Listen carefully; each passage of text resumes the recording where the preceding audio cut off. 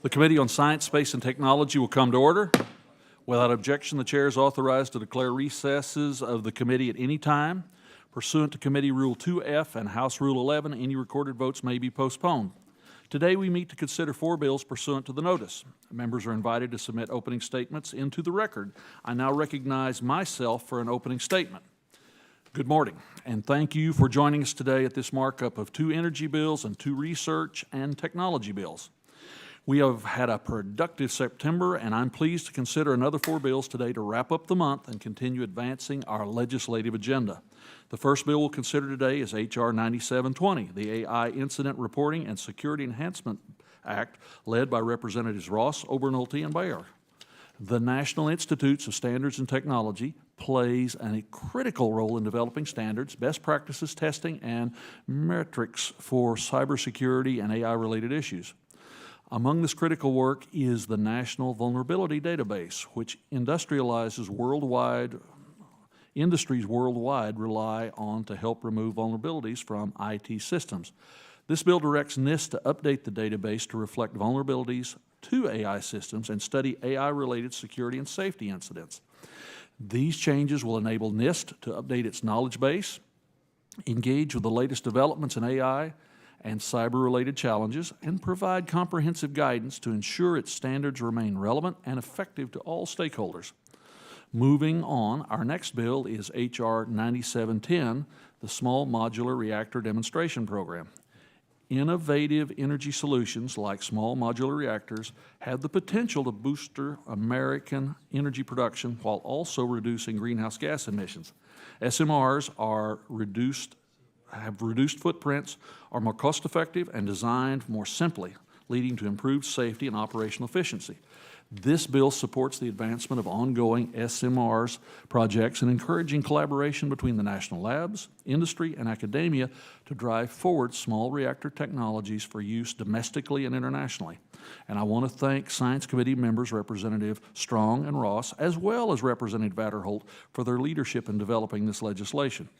I look forward to seeing the progress and the implementation of DOE initiatives in this crucial energy sector.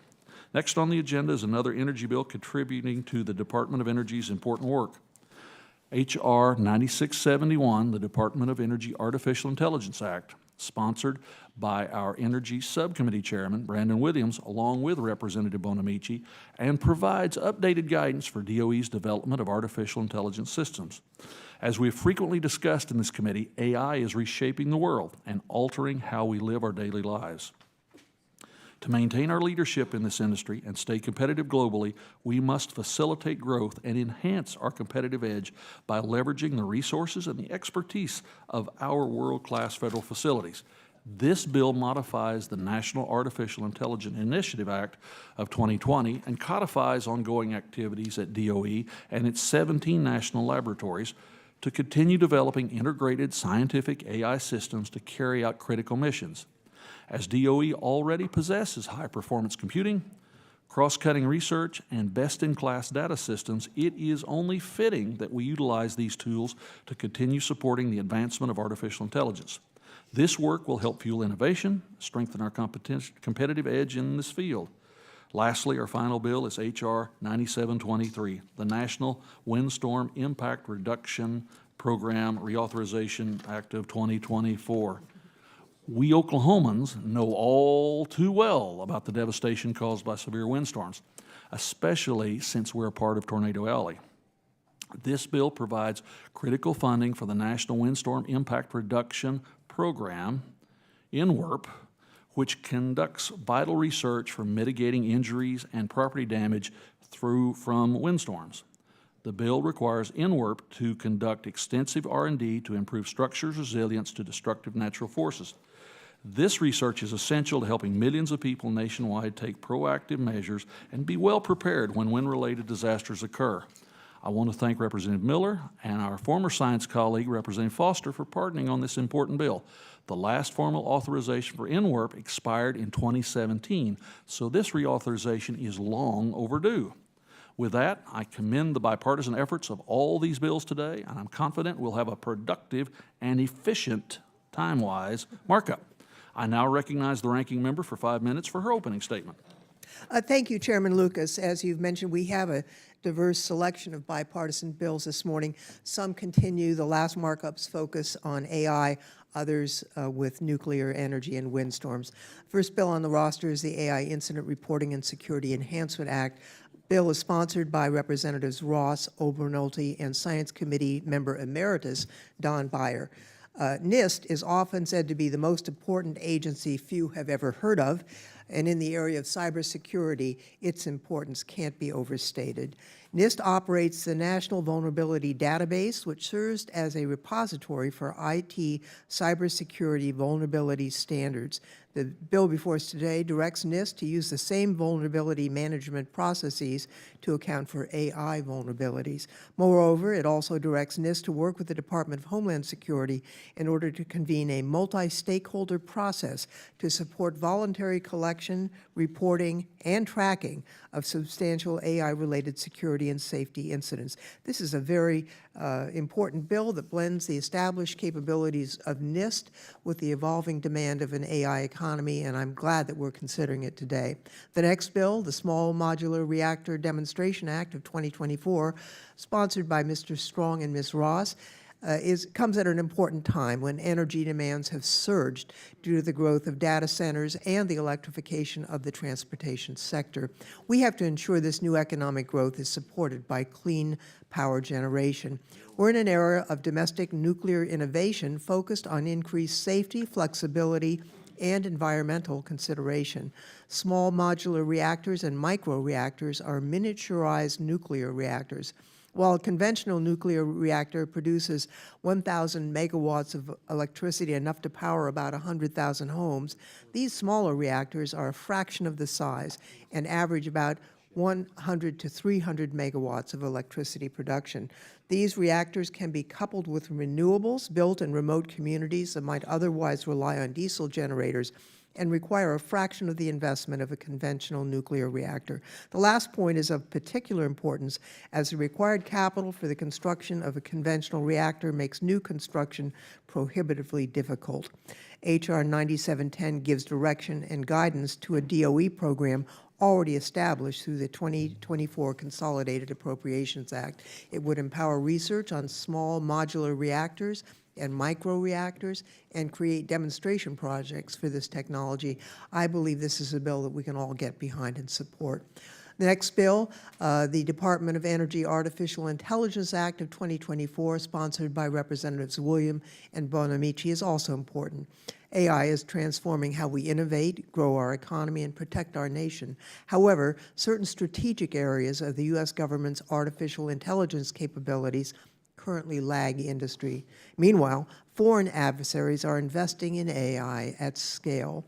Without leadership in this field, the U.S. stands to lose its competitive scientific edge and ability to maintain our national and economic security. We face a very competitive AI innovation landscape, and unless we take proper measures, we could lose our nation's ability to attract and train a talented AI workforce. This bill would provide updated guidance for DOE's activities in developing advanced artificial intelligence systems to carry out its pressing national security, energy, and scientific discovery missions. And finally, as you have mentioned, the National Windstorm Impact Reduction Program Reauthorization Act is very important, hasn't been reauthorized for a number of years, sponsored by Mr. Miller and another Science Committee emeritus member, Mr. Foster. This year has been a remarkable one for windstorm damage. In the U.S., there have been 15 windstorm events, together causing over $1 billion in losses, including 4 tornado outbreaks and Hurricane Beryl, which has the terrifying distinction of being the earliest forming Category 5 hurricane on record. The National Windstorm Impact Reduction Program, NWIRP, is a NIST-led interagency program that focuses on windstorm hazards research and preparedness.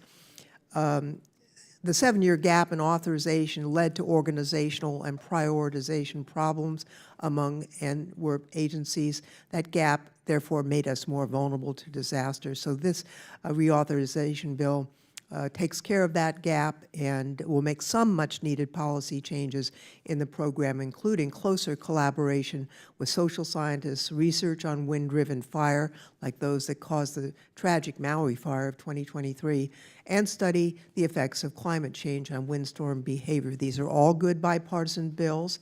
I hope that every member of this committee will join me in supporting them. I want to thank the sponsors of the bills and the amendments, and note that each member will have 5 minutes to comment on the bills and the amendments, but you don't have to use all 5 minutes if you can be to the point. And with that, Mr. Chairman, I yield back. The chair appreciates the ranking member's very insightful words. With that, pursuant to notice, I now call up H.R. 9720, the AI Incident Reporting and Security Enhancement Act. The clerk will report the bill.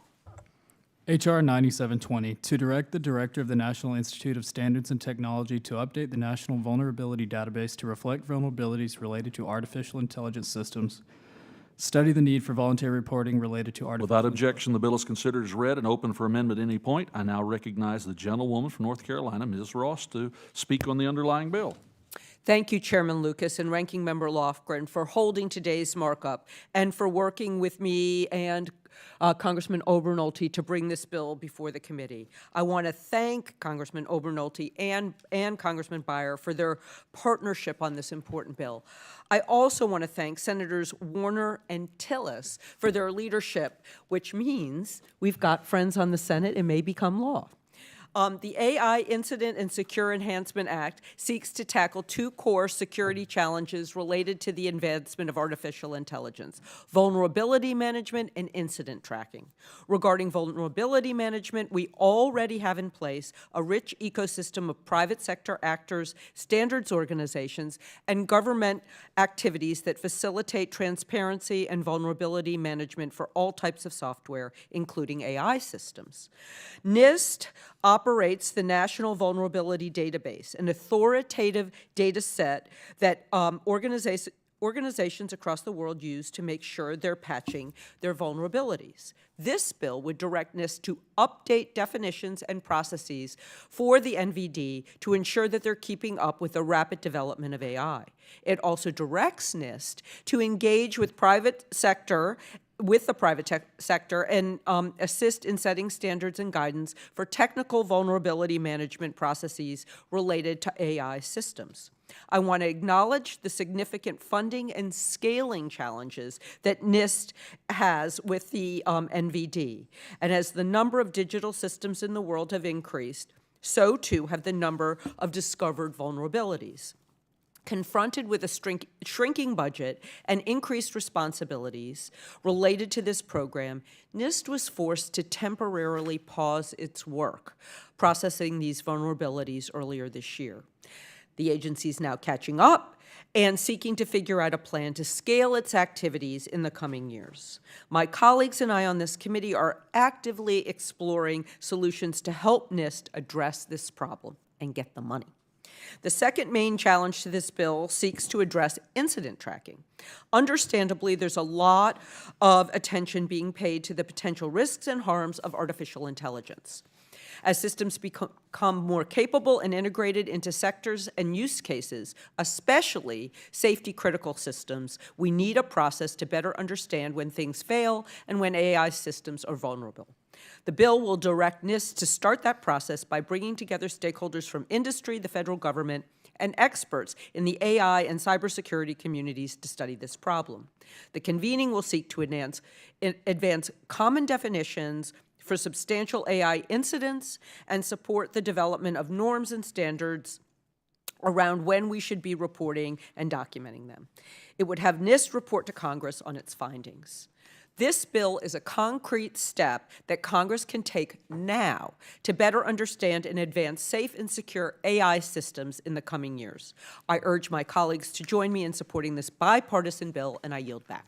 Gentlelady yields back. Does the gentleman from California, co-sponsor of the bill, Mr. Obernolte, wish to be recognized? The gentleman's recognized for 5 minutes. Well, thank you very much, Mr. Chairman. It's been an honor to helped to lead the AI Incident Reporting and Security Enhancement Act, and I'd like to thank Congresswoman Ross for her leadership in sponsoring the bill, and my friend Congressman Beyer for his leadership as well. I'm sure everyone on this committee is aware of the tremendous impact that artificial intelligence and its adoption is going to have, not just on our economy, but also on our government. However, recent incidents in the last couple of years have exposed just how vulnerable our national supply chains can be to disruption through technology. The Colonial Pipeline hack of a couple of years ago, I think, demonstrated that very graphically for us here on the East Coast, but also more recently the Change Healthcare hack and the incident with CrowdStrike several months ago really illustrated how technical vulnerabilities can cause chaos. This is especially true with AI systems since they tend to be not only less deterministic but less understood. And that's why this bill is so important. This bill will direct NIST to update the National Vulnerability Database with testing and evaluation standards to determine what vulnerabilities might exist in AI systems, how to detect them, and a corresponding reporting system to make other people aware of them.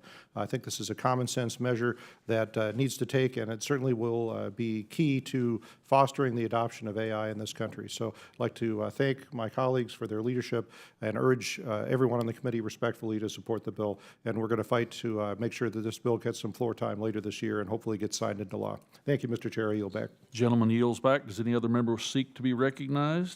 A gentleman recognizes a gentleman from Florida, Mr. Posey, for 5 minutes. Thank you, Mr. Chairman. I like this bill. I think it's a needed bill. I do have a couple concerns with it that I hope we can maybe address before it gets to the floor. I've asked my staff to convey my thoughts to the committee staff.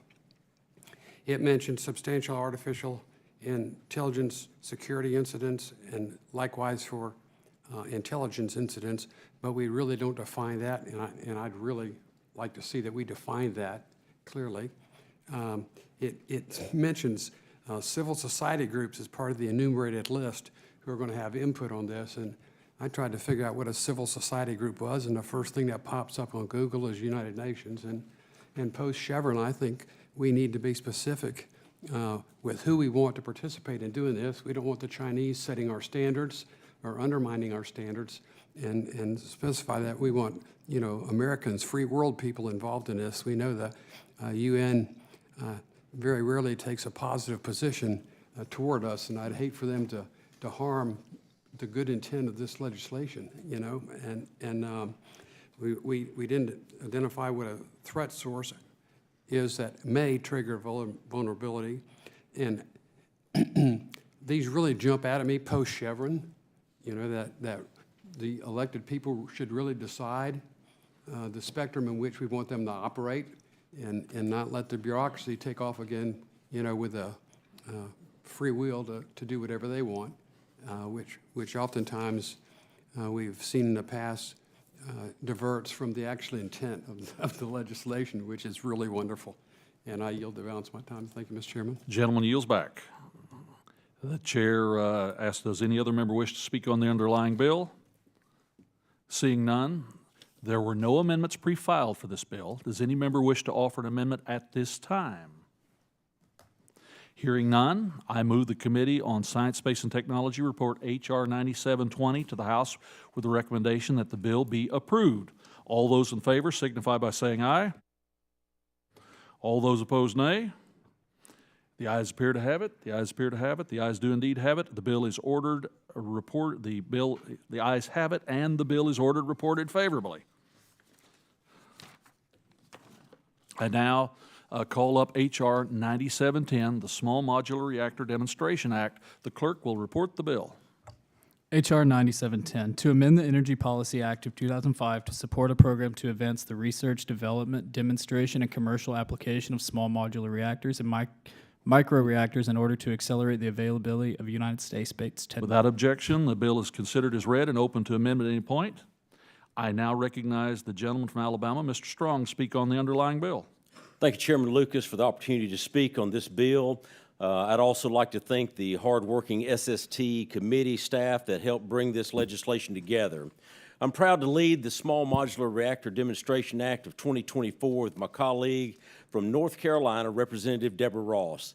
The legislation accelerates the research, development, demonstration, and commercial application of small modular reactors throughout the United States. It also directs the Department of Energy to develop and deploy 2 near-term utility SMRs within the next decade, which would provide much-needed generation to meet the growing demand for manufacturing, transportation, and construction. Specifically, this legislation requires at least 1 SMR demonstration project to be located at or near an existing nuclear site.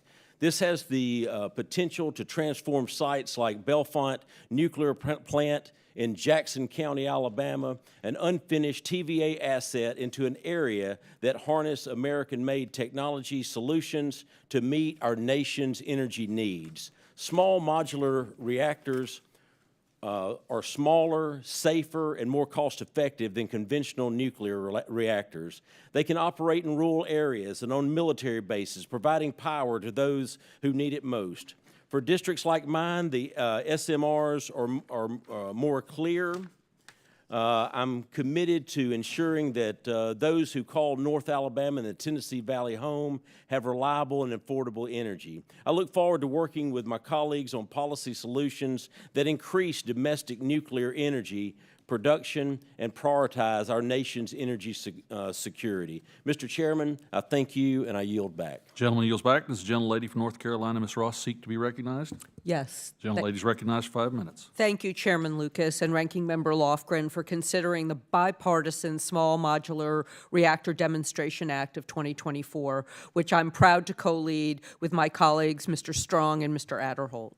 As you've heard, the bill directs the Secretary of Energy to advance the research, development, and demonstration and commercial application of small, modular, and micro reactors, codifying the new DOE program established in the 2024 Consolidated Appropriations Act. As we look to the future, we're facing a surge in energy demands across our economy, all while trying to move away from carbon-emitting energy sources. As mentioned in the Department of Energy's recent Advanced Nuclear Commercial Liftoff report, small modular and microreactors will be key to aiding in this transition and ensuring that we have the clean baseload power we need in the right place at the right time. The bill will help de-risk these new technologies through a cost-share grant program and help us get past the first-of-kind capital hurdles that plague many new energy technologies. The bill also directs DOE to identify locations best suited for the new reactors, ensuring that we're maximizing our existing workforce and energy infrastructure. And I appreciate the amendment that we'll have from Representative Lee in just a minute that will help with that. This will be incredibly important for my home state of North Carolina, where we already have a pipeline of students from NC State. They came to visit me last week. We have workers and communities that understand and appreciate the resilience of clean energy and the benefits of advanced nuclear energy. I encourage my colleagues to support this bipartisan bill. Thank you, and I yield back the balance of my time. Gentlelady yields back. Does the gentleman from New York, Mr. Williams, seek to be recognized? Gentleman's recognized for 5 minutes. Thank you, Mr. Chairman. It won't surprise anyone that I'm a strong supporter and advocate for this bill and would encourage my colleagues to jump on board and to support it.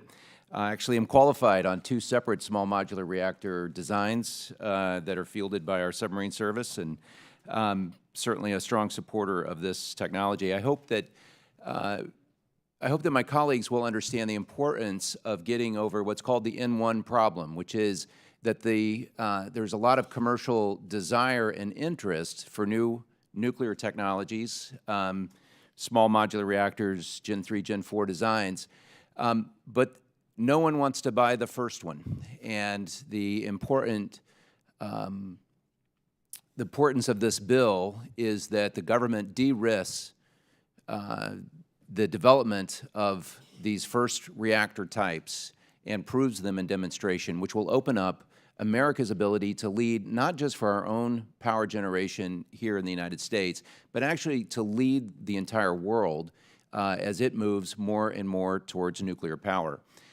There's been an extraordinary number of events just in the last 2 weeks.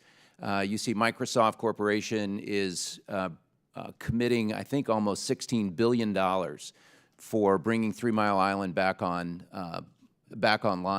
directly to support its data centers. You're seeing the world's largest banks line up to support financing for global nuclear power projects, specifically to meet the COP28 nuclear goals. The COP28 event, which I attended in Dubai, was widely recognized to be the nuclear COP, which is a funny term to use, I guess. And so this bill is very well timed, not only for what potentially could happen in Alabama or in North Carolina, or I might even add in 9 Mile Point in Oswego County in New York on the shores of Lake Ontario, where we have 3 nuclear power plants along the shore there in different places operating. So hopefully all of those will be considered, and strongly encourage that we accelerate this so that nuclear energy will be counted as green energy and will help us meet both the affordable, reliable, resilient, and responsible energy dominance and energy abundance that we need in this country. And this is a critical step forward. So congratulations, Ms. Ross and Mr. Strong and Mr. Adderholt for this kind of leadership at this critical time. Mr. Chairman, I yield back. Gentleman yields back. Does any other member wish to speak on the underlying bill? If there's no further discussion on the underlying bill, we will proceed with amendments.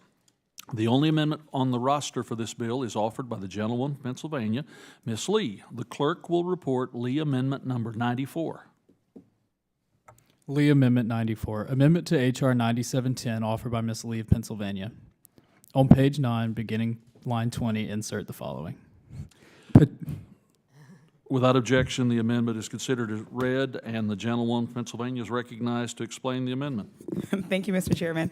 I'd like to express my support to my colleagues on both sides of the aisle for working together to find new solutions to expand clean energy opportunities.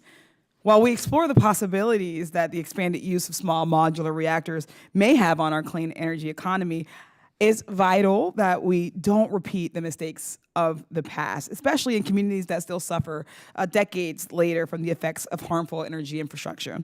Historically, minoritized and poverty-level communities have been disproportionately impacted by soil and water contamination resulting from nuclear power infrastructure. Communities living near legacy energy sites have seen firsthand the environmental damage and health impacts that come with it. And unfortunately, many of those communities have been low-income or communities of color. Of course, what we know is that how we deploy the next generation of nuclear energy technology can change the narrative and the realities of these communities. Through my amendment today, the selection of site location for the research, development, demonstration, and commercial application of SMRs will include a focus on opportunities for restorative justice through accelerated remediation activities and local community engagement on the benefits and impacts of SMRs. Addressing the environmental and social inequities that have been baked into our energy systems for too long should always be our focus.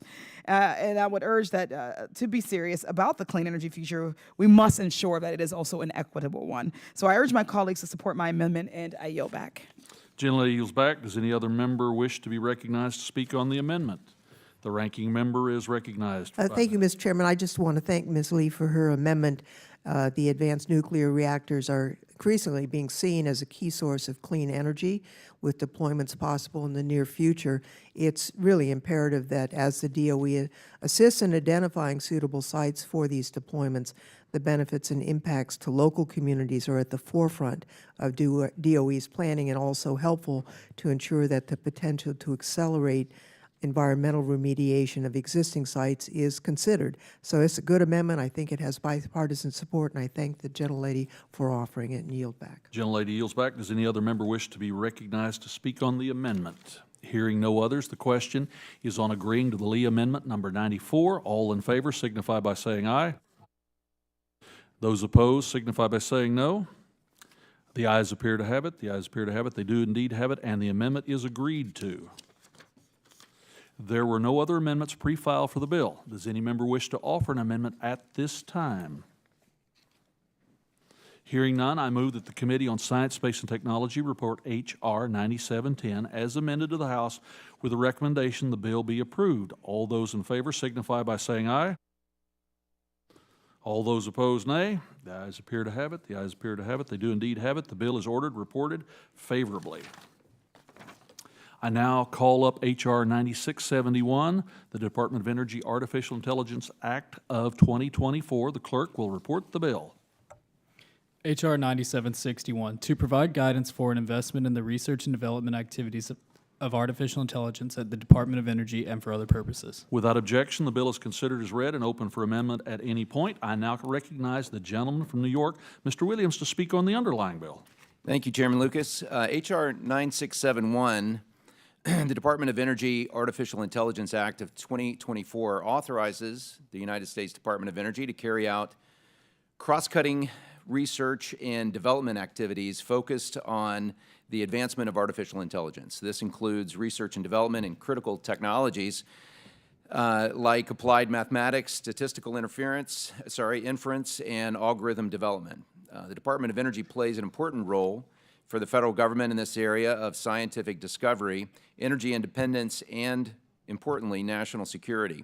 All three of these fields will be greatly impacted by the continued emergence of artificial intelligence technologies. This legislation directs the Department of Energy to develop a strategic plan that establishes specific short and long-term goals and resources needed to develop artificial intelligence applications that support the mission of the department. Why is this important? Why must we do this now?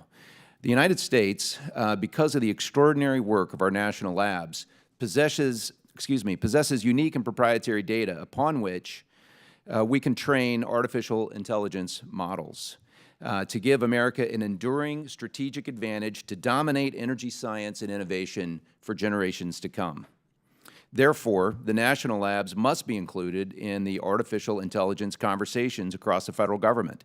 Additionally, it is important that we let the private sector do what they do best through innovation, while the government stays out of the way and focuses on problems that industry can't tackle.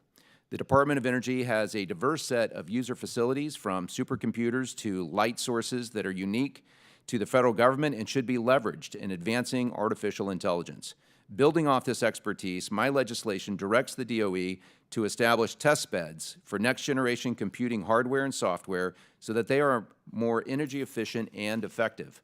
As I mentioned, the DOE is home to an enormous amount of scientific data. As we have seen so far in the private sector's development of AI, expansive and organized data sets are crucial for the training of advanced AI models. My bill directs DOE to start organizing the data they have and new data that they collect in ways that will enable it to be analyzed and adapted by artificial intelligence further downstream. And lastly, H.R. 9671 directs the DOE to submit a report to Congress on the impact of data center growth in the United States energy security. We have seen a rapid increase in the amount of energy needed by these data centers as they start to incorporate AI, and it is important that this does not inadvertently endanger our domestic energy supply. The Department is also asked to give a set of recommendations on ways to mitigate any potential problems caused by increased energy usage. I would very much like to thank my colleague, Ms. Bonamici, for working with me on this important bipartisan effort. H.R. 9671 is the kind of common-sense, good governance bill we should all agree on. It's an important step in strengthening America's leadership in AI development by providing clear, strategic guidance for the Department of Energy that makes the most of the Department's unique computing resources and data. I urge my colleagues to support this bill. With that, sir, I yield back the balance of my time. Thank you. Gentleman yields back. The chair now recognizes the gentlelady from Michigan, Ms. Stevens, for 5 minutes. Well, thank you, Mr. Chair. And today I'm delighted to speak in strong support for H.R. 9671, the Department of Energy Artificial Intelligence Act of 2024, a bill that has been nicely introduced by Congressman Williams and Congresswoman Bonamici. And as we all know, This is a crucial moment, and this is a crucial bill to bolster our nation's leadership in artificial intelligence, unlock innovative applications, overcome various barriers to implementation, and minimize risks associated with artificial intelligence. By leveraging the Department of Energy's tremendous legacy of high-performance computing resources, we just love those high-performing computer resources. And in fact, this has been very transformative over the last 15 or so years, beginning in the Obama administration, in terms of how high-performance computing was utilized. So this bipartisan legislation will ensure that the United States can continue to be best positioned as an AI innovation leader. And so specifically, the DOE AI Act of 2024 provides comprehensive guidance to the role of the department in our AI ecosystem, as we like to call it, authorizes the frontiers of artificial intelligence for science, security, and technology initiatives, otherwise known as FAST. It also supports the democratization of AI research by leveraging and expanding shared computing systems within the department, and it promotes innovative public-private partnerships to expand our nation's capabilities and grow our AI leadership. Again, a bipartisan bill that will certainly pave the way for even further innovation by recognizing the critical time we find ourselves in. We must invest, not retreat. We must lead, not follow. Mr. Chair, I would also like to ask for unanimous consent to submit of support from a company in her home state to the record. Seeing no objection. And of course, I urge my colleagues to support this wonderful bill, and I yield back. Gentlelady's time has expired. Does anyone else we seek to be recognized on this? If there are no further discussion on the underlying bill, we'll proceed with amendments in the order listed on the roster. The first amendment on the roster is offered by the gentleman from New York, Mr. Williams. The clerk will report H.R. 9671, Amendment Number 1. Amendment to H.R. 9671 offered by Mr. Williams of New York. Without objection, the amendment is considered as read, and the gentleman from New York is recognized to explain the amendment. Thank you, Chairman Lucas. The amendment makes minor technical changes that were requested by the Department of Energy, and it also ensures that the Department of Energy is in step with the private sector excuse me, on AI advancements related to permitting improvements. So I urge my colleagues to support this amendment. I yield back the balance of my time. Gentleman yields back the balance of his time. Does the ranking member wish to be recognized? Just briefly, Mr. Chair, I want to thank Mr. Williams for this amendment that provides some technical and conforming corrections. I also would like to note that I'm excited by this bill. We've talked about the need for energy advancement, but the application to fusion here is very exciting to me, and I think it will help tremendously in that effort, which all of us support. And I would also like to note that Ms. Bonamici has been Mr. Williams' partner on this, but she is the ranking member of a subcommittee that's holding a hearing today, and that's why she's not here, but it does not reflect on the tremendous work that she put in on this bill. And with that, I yield back. Absolutely. The gentlelady yields back. Does any other member wish to be recognized to speak on the amendment? Hearing none, the question is on agreeing to H.R. 9671, Amendment Number 1. All in favor signify by saying aye. All those opposed, nay. The ayes appear to have it. The ayes appear to have it. They do indeed have it, and the amendment is agreed to. The next amendment on the roster is offered by the gentlewoman from Michigan, Ms. Stevens. The clerk will report Stevens Amendment Number 71. Stevens Amendment 71, amendment to H.R. 9671 offered by Ms. Stevens of Michigan. Without objection, the amendment is considered as read, and the gentlewoman from Michigan is recognized to explain the amendment. Well, thank you, Mr. Chair. And again, I support and give my strong voice of support for the underlying bill. And even the previous amendment, which I chose not to speak on, but I do think it's important that we do the technical components with the agency that we're legislating to, so I salute that. But I'm offering my amendment today to strengthen the required report on energy security for data centers by requiring consultation with state and local leaders involved in energy regulation.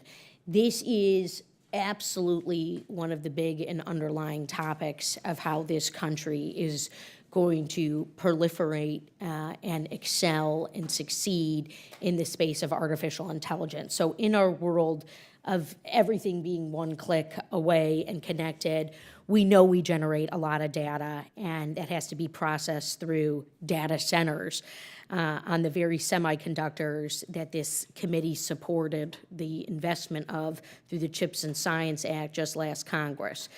Data centers are the foundational element of our modern economy, powering each of our lives, our communities, and obviously, as we're talking about today, this AI revolution that the base bill supports. And we've got an issue that has been slowly gathering some steam over the last handful of years, and we're just at the boiling point. In the simple fact that data centers are largely not energy efficient, as our ranking member of the full committee alluded to with her support for fusion. So the power needed to run the servers, to heat and cool the systems, and the significant infrastructure in the facility all utilize substantial amounts of energy. And data centers are one of the most energy-intensive building types, consuming 10 to 15 times the energy per floor space of a typical commercial office building. Okay, who's paying for this? I mean, that's what we got to start talking about too, because it all seems nice to say democratization of AI and all the ones and zeros that feel very intangible, and then you look out and you see the data center and what goes into that and how that's being built and how that's being maintained. So today, about 4% of all energy use is consumed by these data centers. By 2030, the data center's energy consumption is expected to more than double to 9% of energy use. So it's a rapid increase in energy consumption coming on the heels of our nation's energy consumption increasing for the first time this century, making it an issue that we face. And so we've got some big questions in front of us regarding energy production and consumption, and including data center energy security, which is why, just a report, but this report is so important. However, while we might be starting, our states and our localities, our municipalities, they're already having these conversations. Folks are already coming to them. And my home state of Michigan is grappling with this. And we're having our regulatory board, our Michigan Public Service, working to ensure that energy investments needed to meet growing demand by energy-intensive data centers aren't borne, by the customer. We can't just saddle the consumer with all this stuff. South Carolina, Georgia, Arizona, Virginia, Ohio are all deeply engaged in this issue. Concern among state leaders is growing. So this report, just a report at a critical time, could really help our states, and only if we engage them in the drafting. So my amendment will require the Secretary of Energy to consult with relevant state and local agencies involved in energy regulation when drafting the report on energy security for data centers. By bringing together these stakeholders from across the country, we can ensure that this report is answering the questions our committee is asking and help produce, of course, best practices. By ensuring states are at the table, we're on our way. So I urge my colleagues to support this amendment, and I thank you all for listening to me. I yield back. Gentlelady yields back. Yes, we always listen. With that, I recognize the gentleman briefly from New York, Mr. Williams. Thank you, Mr. Chairman. I support the amendment of my colleague, Ms. Stevens, because it accurately reflects how our energy infrastructure, electric power infrastructure is actually managed with state and local involvement. I will say that, ironically, artificial intelligence may consume a lot of energy as we train these models and learn new insights, but it'll also provide enormous efficiencies, including energy efficiencies, reducing, when you start applying artificial intelligence to things like process manufacturing, you actually end up potentially saving a lot of energy and saving a lot of pollution.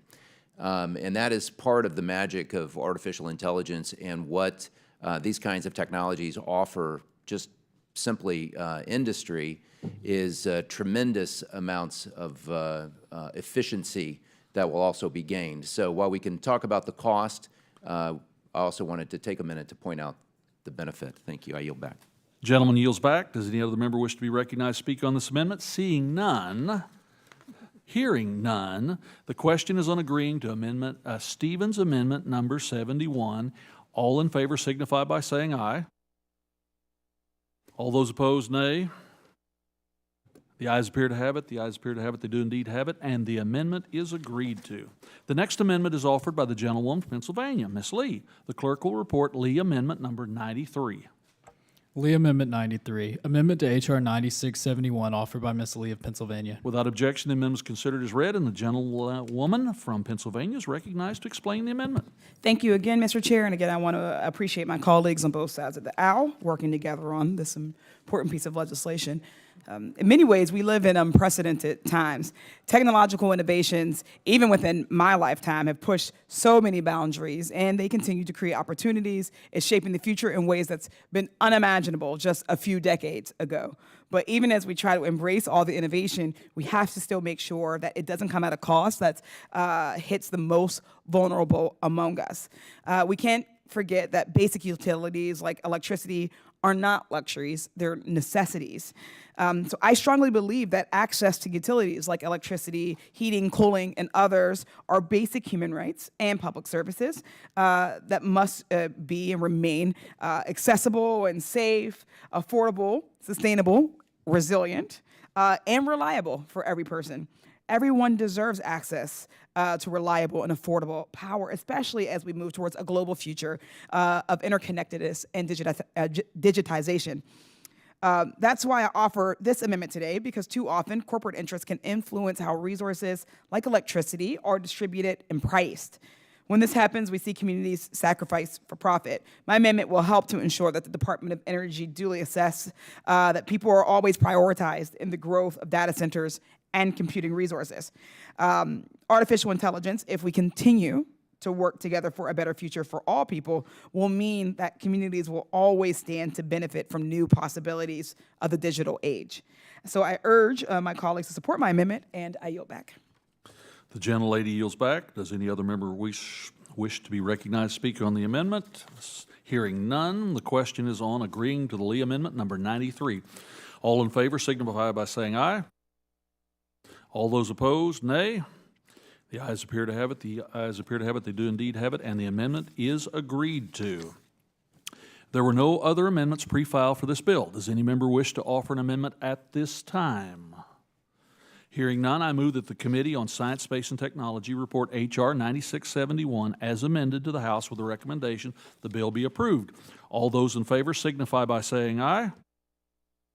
All those opposed, nay. The ayes appear to have it. The ayes appear to have it. They do indeed have it. The bill is ordered, reported favorably. Pursuant to notice, I now call up H.R. 9723, the National Windstorm Impact Reduction Program Reauthorization Act of 2024. The clerk will report the bill. H.R. 9723, to amend the National Windstorm Impact Reduction Act of 2004 to reauthorize the National Windstorm... Without objection, the bill is considered as read and open for amendment at any point. I now recognize the gentleman from Ohio, Mr. Miller, to speak on the underlying bill. Thank you, Mr. Chairman. This legislation reauthorized the National Windstorm Impact Reduction Program, providing critical funding for the program to continue its research into mitigating the injuries and property damage caused by windstorms. This includes research and development to help improve building codes, voluntary standards, and construction practices, all of which will enhance the resilience of structures to windstorms. The National Windstorm Impact Reduction Program Reauthorization Act also directs the National Oceanic and Atmospheric Administration to establish a Scientific Windstorm Studies Advisory Committee to advise NOAA's participation in NWIRP, including its roles, goals, and objections within NWIRP, its capabilities and research needs, guidance on major objectives, and measuring its performance goals. Mr. Chairman, this legislation is common sense. Billions are spent each year on recovery efforts, and the costs associated with natural hazards are only expected to increase. Therefore, cost-effective measures are needed to reduce their impacts, and the evidence supports the investment. The National Institute of Building Science estimates that for every $1 invested in mitigation strategies, $11 is saved. I urge all of my colleagues to support this legislation, and I yield back. Gentleman yields back. Does any other member wish to speak on the underlying bill? The gentleman, Mr. Sorensen, is recognized for 5 minutes. I will be very brief, channeling my previous role as a meteorologist. I'll do this in 15 seconds. It is important that we continue to fund the science of understanding how the wind forms, especially as the National Hurricane Center in 6 minutes is expected to issue an update on Tropical Storm, which will become Hurricane Helene. So it is the hope, and I think I can speak on behalf of everyone in this committee, that everyone takes care, heeds the warnings, and understands that the federal government will respond after this potential deadly storm comes ashore in Florida, Georgia, and into the Carolinas. And I yield back. The gentleman's thoughtful observations and very efficient use of time are both appreciated, and he yields back. Does any other member wish to speak on the underlying bill? If there is no further discussion on the underlying bill, we will proceed with amendments. The first amendment on the roster is offered by the gentlewoman from Michigan, Ms. Stevens. The clerk will report Stevens Amendment number 70.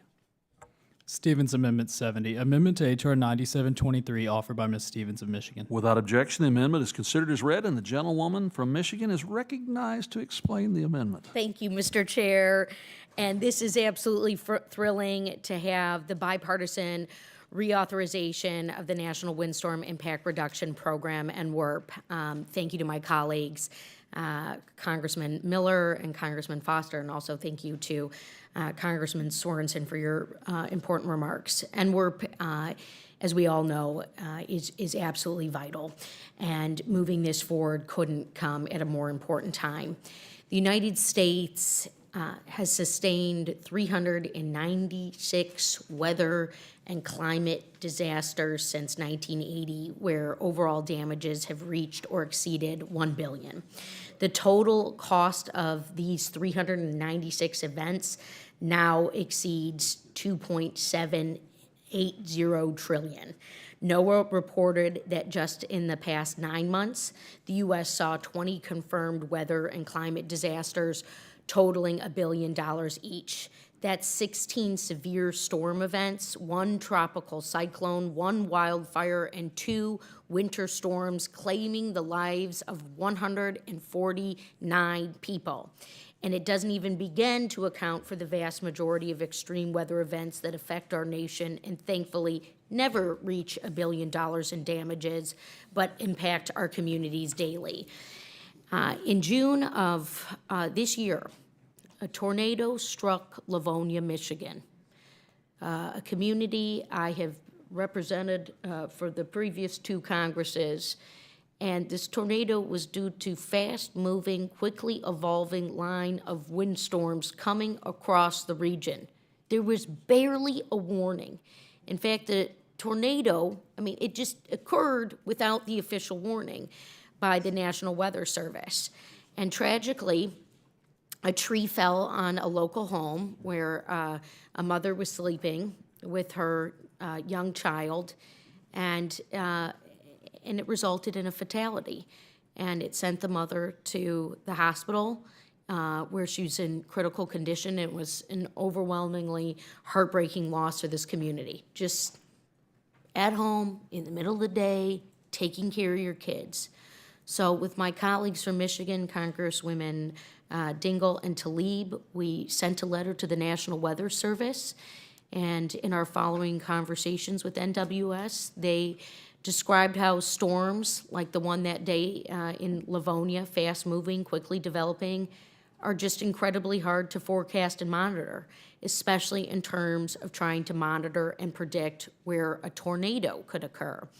We know that the climate crisis is making storms like those in Livonia more common and more intense. Therefore, it's time to move. Therefore, it is time to act. So I'm offering this amendment to the NWRP reauthorization to expand the program's existing objective of understanding windstorm behavior to include windstorm genesis and dynamics. And by the way, folks, the story in Livonia is just one, but these happen too often. I see it all over my district. We've been living this. 70-foot trees being ripped off the ground, our tree line being damaged, community properties being damaged. So we're just making this amendment so that we can include an expanded focus on tornado genesis. It's actually a word, tornado genesis, or the study of tornado formation that can get us all a step closer to ensuring that we can accurately forecast tornadoes like the one in Livonia and save lives. I encourage my colleagues to support this, Mr. Chair. Again, thank you for listening to me, and I yield back. Gentlelady yields back. Does any other member wish to be recognized to speak on this amendment? Hearing no others, the question is on agreeing to Stevens Amendment number 70. All in favor signify by saying aye.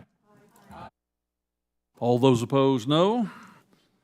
The ayes appear to have it. The ayes appear to have it. They do indeed have it, and the amendment is agreed to. The next amendment on the roster for this bill is offered by the gentlewoman from Virginia, Ms. McClellan. The clerk will report McClellan Amendment number 53.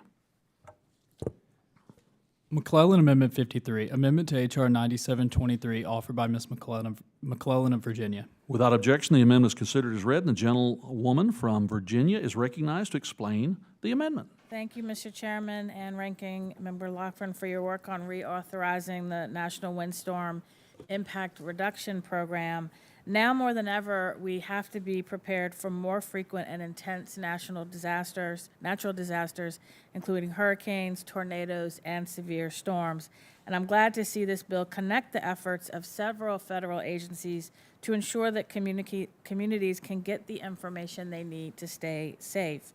My amendment is based on my Building and Upgrading Infrastructure for the Long Term, or BUILT Act, which addresses the need to assess our infrastructure integrity in light of changing climate and environmental conditions. And just a couple of hours ago, we received a report that the third home fell into the Rodanthe Beach Ocean since Friday. So it's not just storms that we are seeing, but regular erosion because of climate change that is leading to damage to our buildings and infrastructure. This amendment will direct NIST to convene an interdisciplinary workshop on resilient infrastructure design. The workshop would include a broad range of experts representing federal, state, tribal, territorial, and local entities, NGOs, and the private sector. It is critical that we have all of these perspectives in the room to develop a comprehensive plan forward for multi-hazard resilience. My amendment will also require NIST to provide Congress and the public with a report on the workshop's findings, and I respectfully urge my colleagues to support this amendment to help ensure that our infrastructure remains safe and resilient in the long term. I thank you and yield back. Gentlelady yields back. Does any other member wish to be recognized to speak on the amendment? Hearing no others, the question is on agreeing to the McClellan Amendment number 53. All in favor signify by saying aye. All opposed, say nay. The ayes appear to have it. The ayes appear to have it. They do indeed have it, and the amendment is agreed to. There were no other amendments pre-filed for this bill. Does any member wish to offer an amendment at this time? Hearing none, I move that the Committee on Science, Space, and Technology report H.R. 9723 as amended to the House with the recommendation that the bill be approved. All those in favor signify by saying aye. All those opposed, nay. The ayes appear to have it. The ayes appear to have it. They do indeed have it, and the bill is reported favorably. Without objection, I ask that staff be authorized to make any necessary technical and conforming changes to these bills without objection. Seeing no objection, so ordered. Members will have 2 calendar days to submit supplemental, minority, and additional views on these measures. With no further business before the committee stands adjourned.